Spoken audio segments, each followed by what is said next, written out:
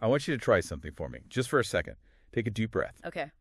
Now imagine you can't exhale completely because there's a solid slab of limestone pressing against your spine and another one right on your sternum. And it's dark. Pitch black. And wet. And the only way to move is to exhale even more, empty your lungs, and just inch forward like a worm into a hole that looks smaller than your head. Wow, that is a terrifying image to start with. It is, isn't it? But we have to start there because the source material we're covering today literally opens with a giant trigger warning for claustrophobia. Yeah. So consider this your warning. If you need to step outside and look at the sky while listening to this, I do not blame you. We are definitely testing the limits of comfort today. We're doing a deep dive into the 360 Fearless Adventures channel, specifically looking at a crew of cavers exploring the underground systems of New Brunswick, Canada. And when we say exploring, we don't mean, walking through some tourist cave with a nice paved path and a gift shop at the end. Oh, not even close. We are talking about what they call hellholes. Hellholes. Tight, muddy, water-filled fissures that most people wouldn't even notice, let alone try to crawl inside of. We're tracking two specific expeditions from their 2024 Season 1 in St. John and another in Hillsborough. And the mission today isn't just to gawk at the scary holes in the ground. It's to understand the why. Right. Why do Ed, the main filmmaker, and his team do this? Is it a death wish? Was it science? Or is it something else? I think it's a study in resilience. When you look at what these guys go through, the physical scraping, the freezing water, the mental pressure, it tells you something fascinating about human endurance. It's about mapping the unknown, even when the unknown is actively trying to crush you. Well, let's jump right into the med dip. The first stop is St. John, New Brunswick. This is early in the 2024 season. The team is Ed, who's usually behind the camera narrating, and Matt, who has the absolute perfect nickname for this line of work, Spider-Man. Which implies a certain level of flexibility that I definitely do not possess. Exactly. And they aren't alone, which I think is a really important detail. They have a support crew, Debbie, Eric, and Dave, waiting up at the surface. That is the first rule of responsible caving. You never go underground without a surface watch. They're the lifeline. They are the lifeline. If Ed and Matt don't report back by a specific time, Debbie and Eric are the ones who call for rescue. It adds this layer of professionalism to what might otherwise just look like madness. So picture the scene. They find this entrance, and entrance is a very generous word. It's a crack. It's basically a crack in the rocks that looks like a mistake in the landscape. And right away, they have this tactical debate that really stressed me out just listening to it. They're staring at this jagged hole and arguing, feet first or head first? It sounds like a coin toss, doesn't it? But it's actually a critical safety calculation. Nate, how so? What's the difference? Well, think about the physics of getting stuck. If you go in head first, you have the advantage of sight. You can see where you're going, you can spot obstacles. But if that tunnel suddenly narrows and pins your arms to your sides, you are helpless. You can't push yourself backward. You're just a cork in a bottle. Oh, that's horrifying. Okay, so feet first is safer. Generally, yeah. Your legs are your strongest muscles. If you go feet first and hit a dead end, you can use your quads to launch yourself back out. The downside is you're flying blind. You're feeling the unknown with your boots. And in this specific cave in St. John, the unknown turned out to be freezing cold water. Right. Ed is sliding in, and the first thing he says is, "I hear water." And caves in New Brunswick aren't exactly tropical. No, this is Canada. The water is frigid. And to get inside, they essentially have to slide into a pool of it. Ed talks about the water level rising, soaking his gear. And you mentioned sensory overload. It's not just the cold, it's the company. Ah, yes, the wild. The spiders. The transcript is full of it. They shine their headlamps down this wet, rocky throat, and it's just wall-to-wall spiders. Ed points out a big nest and mentions babies everywhere. It's a thriving ecosystem down there. But notice the reaction. Matt Spider-Man just dives right in. He doesn't even hesitate. It's almost like the spiders are a filter. If you can't handle the spiders, you definitely can't handle the crush. And the crush is coming. This brings us to the squeeze. This part of the transcript is so visceral. They aren't walking, they're shimmying. Ed describes the rock walls as having staggered edges. That's a key detail. It's not a smooth PVC pipe, it's sedimentary rock. It's jagged. It catches on your clothes, your gear, your skin. It creates friction every single inch of the way. And speaking of friction, there is a moment here that made me laugh out loud, but then I immediately felt bad about it. Ed gets stuck Oh. And he realizes he's stuck because of his own anatomy. I remember this part. He had a specific regret about his wardrobe choices. He literally says, "my balls," and then says he should have worn a cup. It's funny, but it's also a really serious problem in tight caving. I'm sure. When you are compressing your body through a space smaller than your natural diameter, soft tissue gets in the way. If you get snagged in a sensitive area, the pain response makes you flinch. Flinching makes you expand. Expanding makes you more stuck. It's a vicious cycle. And all this while, he's dealing with gear failure. He talks about his raincoat ripping on the sharp rocks. His camera lens keeps fogging up because the humidity is 100% and he's generating so much body heat from the struggle. It just sounds miserable. It sounds like high-consequence suffering, but they push through it. They get past the water, the spiders, the groin-crushing rocks, and they reach what Ed calls a hollow spot under the mountain. A little den. A reprieve. But here's the kicker. It's a dead end. Well, sort of. This is a pivotal moment for understanding the mindset of a real caver.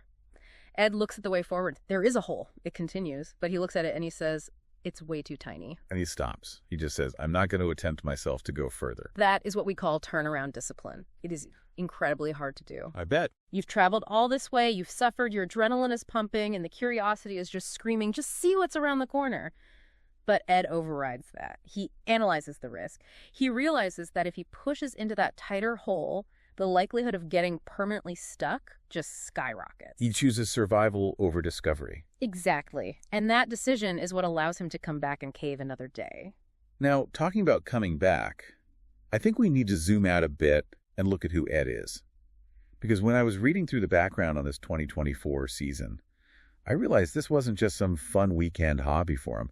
This was a major physical comeback. It adds a whole new layer of stakes to the story, doesn't it? It really does. Yeah. In the video, Ed reveals that exactly 1 year prior, almost to the day, he was in a hospital bed. Oh, wow. He had emergency gallbladder surgery. It wasn't routine. He describes the organ as being green and ready to burst. That is a life-threatening situation. A ruptured gallbladder can lead to sepsis very, very quickly, so he's coming back from major abdominal trauma. And not just that, he also mentions he was struggling with sciatica. Which is nerve pain running from the lower back down the leg. Just awful. I mean, I have days where I wake up with a stiff neck and I cancel my gym plans. This guy had an organ almost explode and has shooting nerve pain, and a year later he's dragging himself through freezing water and jagged rocks. What is that? What drives a person to do that? It's about reclaiming the self. After a medical trauma, you can feel like your body has betrayed you. You feel fragile. I think for Ed, forcing himself through that hellhole is a way of proving that he is still capable, that he is still strong. It's proof of life. It's like extreme physical therapy. But he's smart about it. He Yeah. talks a lot about the mental game. There's a piece of advice he gives in the transcript that I think applies to everything, not just caving. What's that? He says, if you feel stuck, back it up a little bit. Don't panic. Don't panic is the golden rule. But scientifically, it's vital. When you panic, you hyperventilate. When you hyperventilate, your lungs fill with air and your chest expands. You literally get bigger. You do. If you are wedged in a rock vise and you panic, your chest expands and physically locks you in place. You cannot move until you calm down and exhale. Ed's advice to back it up and analyze the situation is the only way to physically shrink yourself enough to escape. So calm is a superpower down there. It's a survival requirement. Okay, so they survived St. John. They prove the body still works. But later in the year, in December 2024, the mission shifts. They head to Hillsborough for the White Cave South survey. Right. And I noticed the language changed here. They aren't just exploring, they are surveying. And this is where we move from adventure to science. Exploration is looking around. Surveying is measuring and mapping. They are generating data. And this cave, Ed describes this one as the hellhole. He calls it the worst claustrophobic caving you will ever see. Which, considering what we just described in St. John, is a terrifying bar to clear. For sure. And for this one, they went headfirst into extreme confinement. They had to. They were pushing into a part of the system that had never been fully mapped. They were trying to connect the dots. And they succeeded. The source material says they added, wait for it, 11 extra meters to the map. Now, I know some listeners are rolling their eyes right now. 11 meters, that's the length of a driveway. Who cares? I admit I thought that at first. All that suffering for just 11 meters. But you have to understand the context. In speleology, that's the study of caves. 11 meters of new passage in a known system is a massive victory. It brought the total surveyed length of the White Cave system to 526 meters. That's over half a kilometer. Right. And those 11 meters might be the key to understanding the hydrology of the whole mountain. They found a new formed exit that had never been filmed before. They are essentially piecing together a 3D puzzle from the inside out. It's citizen science. Right. Absolutely. These aren't government geologists with massive research grants. These are passionate individuals, Ed and Matt, using their own time and risking their own safety to expand the known map of New Brunswick. Without them, that data just wouldn't exist. It really changes how you look at the landscape. Yeah. You drive past these snowy hills in Hillsborough, and you have no idea that 500 meters of tunnel are winding right beneath your tires. And that there are people crawling through them right now. But let's be real about what that crawling looks like, because the transcript paints a picture that is very unglamorous. It's not like the movies where the explorers look cool and athletic. No, it's incredibly awkward. It's undignified. There's a moment where Matt has to physically pull Ed's leg to help him retreat. Because in a tight tube, you can't bend your knees to get leverage. You're just a worm. Sometimes you need your buddy to grab your ankle and drag you backward like a sack of potatoes. And the debris. Ed talks about moving loose rocks out of the way, but he specifically mentions pebbles in the knee pads. Ugh. That is a specific kind of torture. Right. Imagine crawling on your knees, your full body weight on them, with a sharp stone trapped inside the plastic shell against your skin. And you can't reach down to fix it because your arms are pinned at your sides. You just have to crawl through the pain. And the aftermath is just as messy. Ed describes emerging from the cave, soaked wet, his gear is shredded. He compares himself to a bear coming out of hibernation. Which is such a great image. Emerging from the underworld, blinking in the sun, covered in mud. But despite the misery, or maybe because of it, they're laughing. The banter is constant. They're cracking jokes the whole time about the spiders, about getting stuck, about the ripped clothes. The source material says the video will make you claustrophobic. Right. But at the same time, it will make you laugh. Why is that? Is it just for the camera? No, I don't think so. It's a coping mechanism. We call it gallows humor. Right. When you are in a high-stress environment, your cortisol is spiking.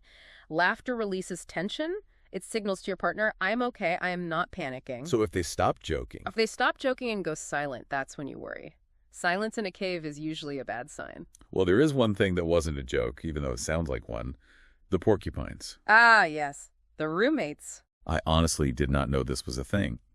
Ed mentions finding evidence of porcupines living inside the caves. It makes sense if you think about it. Caves are temperature controlled. They stay above freezing in the winter and cool in the summer. They're dry, safe from coyotes. It's a luxury condo for a porcupine. Until two guys with bright headlamps come crawling down the hallway. And that is a hazard most people don't consider. You worry about rocks falling or water rising. But encountering a porcupine in a tunnel, the width of your shoulders... You can't dodge. You can't run away. And you really don't want to play chicken with a ball of quills in a confined space. It adds a whole new element of wild to the wildlife. So to recap, we have freezing water, we have spiders, we have sharp rocks that rip your clothes, we have the mental challenge of not expanding your chest from panic, and we have angry porcupines. It's quite the list. And yet, they keep going back. Looking at this 2024 season as a whole, from the water-filled cracks of St. John to that record-breaking survey in Hillsborough? What is the takeaway here? I think it redefines the word fearless. The channel is called 360 Fearless Adventures. But if you listen to Ed, he's not fearless in the sense that he lacks fear. He talks about the fear. He talks about the hellhole. He respects the danger. Exactly. True fearlessness isn't the absence of fear. It's the management of it. It's feeling that primal lizard brain urge to scream because the walls are closing in and consciously choosing to breathe, assess, and move forward. It's a triumph of the mind over instinct. And it's a triumph of curiosity. That's what sticks with me. We live in a world where we think everything is mapped. We have Google Earth. We have satellites. We think the age of exploration is over. We think we have to go to Mars to find something new. Right. But Ed and Matt are proving that there is uncharted territory right here, literally under the ground we walk on. It's the hidden world. Kilometers of tunnels, some mapped, some totally unknown. And the only way to see them is to be willing to get cold, wet, and terrified. And to trust your team. That seems like the final piece of the puzzle. You don't do this alone. Never. The bond between the cavers and that surface crew is what makes it possible. It's a team sport. So here is where we leave you today. I want you to go back to that thought experiment. Picture yourself walking through the woods. It's a nice day, birds are chirping, and you stumble across a dark crack in a rock face. It smells like wet earth, maybe a little musty. You can feel a draft of cold air blowing out against your legs. And deep inside, if you listen closely, you hear the faint sound of running water. The instinct for 99% of us is to say, that looks dangerous, and keep walking. But for a tiny, tiny percentage of humans, the instinct is, I have to know what is in there. So here's the question for you to mull over. If you found that hole, would you run away? Yeah. Or would you crawl inside? And what does your answer say about who you are? Thanks for joining us on this deep dive into the underground. Stay curious, stay safe, and maybe check your raincoat for rips. We'll see you next time.